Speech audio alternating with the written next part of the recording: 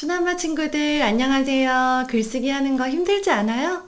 선생님을 그래도 가장 기쁘게 해주는 댓글은 뭐냐면 선생님 저 글 쓰는 거 엄청 싫어했는데 매생이 클럽 시작하고 나니까 글 쓰는 거 재밌어요 하는 친구들이 있어서 정말 고마워요. 정말 뿌듯하고 와 우리 친구들이 얼마나 더 똑똑해질까 기대하는 마음이 들고요. 선생님이 매생이 클럽 위해서 열심히 또 영상을 준비해야 되겠다라는 생각이 들었어요. 짜증나는 일 없나요? 짜증날 때 많죠? 되게 짜증 많이 나지 않나요? 특히 여름에는 짜증이 더 많이 나요. 그걸 사람들이 너도 나도 짜증이 많이 나서 불쾌지수라는 말이 있거든요. 실제로 막 불편하다고 느끼고 짜증이 나는 그 정도를 수치로 표현한 걸 불쾌지수라고 하는데요. 오늘은요, 우리의 불쾌지수에 대해서 써보도록 할 거예요.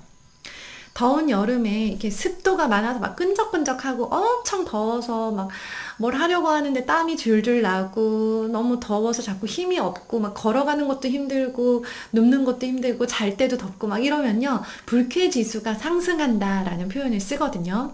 자, 오늘은 나의 불쾌지수가 몇 점인지, 얼마 정도 되는지 나 스스로 한번 체크를 해보고요. 나를 그 짜증나게 만든 것들에 대해서 글로 써보도록 할 거예요. 기대되죠? 네. 불쾌지수를 그럼 결정을 할게요. 실제로 사람들이 어떻게 쓰는지는 선생님 정확히 몰라요. 모르고 불쾌지수가 높다, 낮다 이 정도만 쓰는데 우리는 숫자로 표현을 해보도록 하겠습니다. 불쾌지수는 100점 만점. 그러니까 제일 완전 짜증이 나면 100이에요. 알겠죠? 짜증이 하나도 안 나면 0점. 짜증이 많이 날수록 점수가 높은 거예요. 그쵸? 또 높은 점수 좋아한다고 짜증 안 나는데 막 일부러 짜증 낼 필요는 없고요. 실제로 짜증이 많이 나는 친구들은 100이라고 쓰면 됩니다.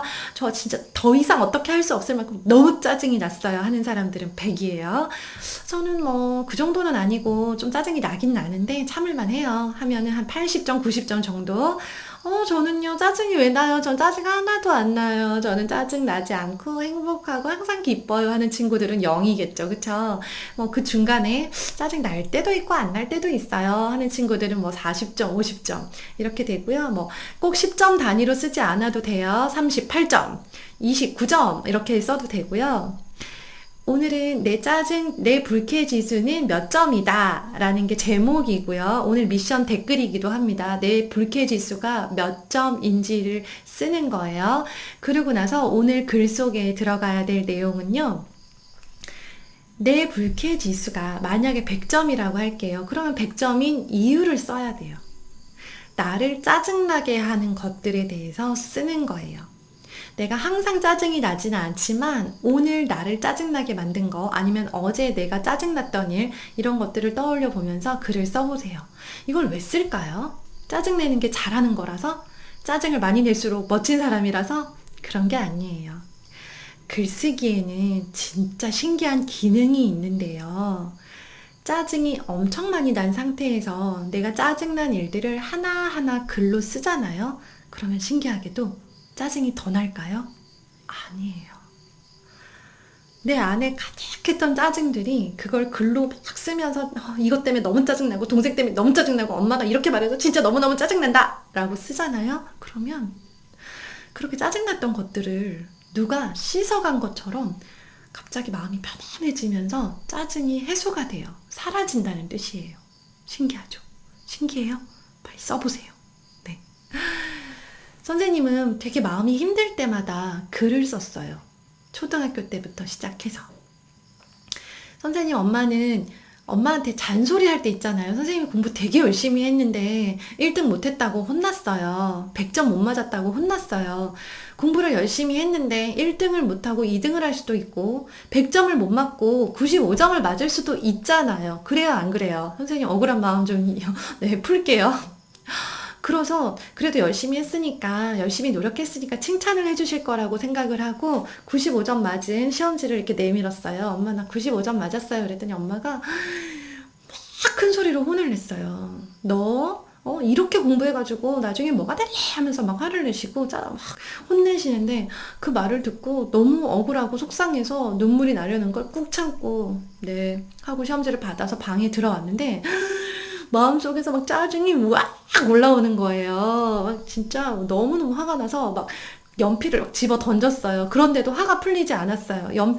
연필심이 다 부러졌어요. 또 너무 화가 나서 공책을 한 장 찢어봤어요. 찢어서 막 이렇게 찢어서 했는데 그래도 화가 풀리지 않았어요. 너무 짜증스러운 마음을 어떻게 하지? 하다가 짜증나. 엄마 욕을 일기장에다 쓰자. 그때부터 마음을 먹고 일기장을 펼쳐서 엄마한테 짜증나는 걸 여기다가 다 썼어요. 엄마는 맨날 공부만 하라 그러고 내가 열심히 노력할 때는 맨날 엄마 혼자 자고 내 공부할 때 봐주지도 않더니 와가지고 공부 못했다고 뭐라고 하고 하나밖에 안 틀렸는데 그건 잘했다고 칭찬은 안 해주고 막 나한테 계속 와서 공부 못한다고 뭐라고 하고 하면서 엄마한테 대한 불만을 글로 다 썼어요. 어떻게 됐을까요? 네, 그렇게 다 쓰고 잠이 들었는데 아침에 일어나니까 마치 누가 나를 위로해 주는 것처럼 기분이 괜찮아졌어요. 어젯밤엔 분명히 짜증이 나서 짜증이 너무 치밀어서 어떻게 할 수 없을 만큼 힘들었는데 말이에요. 되게 신기하죠. 그 경험을 우리 친구들도 해봤으면 좋겠어요. 동생이 자꾸 덤벼서 짜증나요? 네, 동생에 대한 짜증을 글로 다 쓰세요. 동생한테 뭐라고 해봤자 소용없잖아요. 어차피 말 안 듣잖아요. 그쵸? 동생에 대한 화난 감정을 여기다가 다 쓰고 확 풀어버리세요. 그러고 나잖아요. 그럼 동생을 봐도 별로 화가 나지 않아요. 왜냐면 저 자식이 또 덤벼? 그럼 난 또 가서 일기장에다가 여기 글쓰기 공책에다가 동생에 대한 짜증을 막 풀어버릴 거니까 나는 여기다가 다 써버릴 거니까. 네, 우리 친구들도 그런 경험을 꼭 해봤으면 좋겠어요. 오늘은 나를 짜증나게 하는 일, 네, 그것에 대해서 자세하게 쓰고 한 가지에 대해 자세하게 써도 되고요. 여러 가지에 대해서 써도 괜찮아요. 짜증나게 하는 일이 막 10가지도 넘어요. 그럼 10가지 넘게 다 써도 돼요. 오늘의 미션 댓글과 오늘의 제목은 나의 불쾌지수는 몇 점이다 라고 수치로 한번 표현해 보고요. 그것에 대해서 자세히 글을 남겨주세요. 파이팅입니다. 내일 만나요.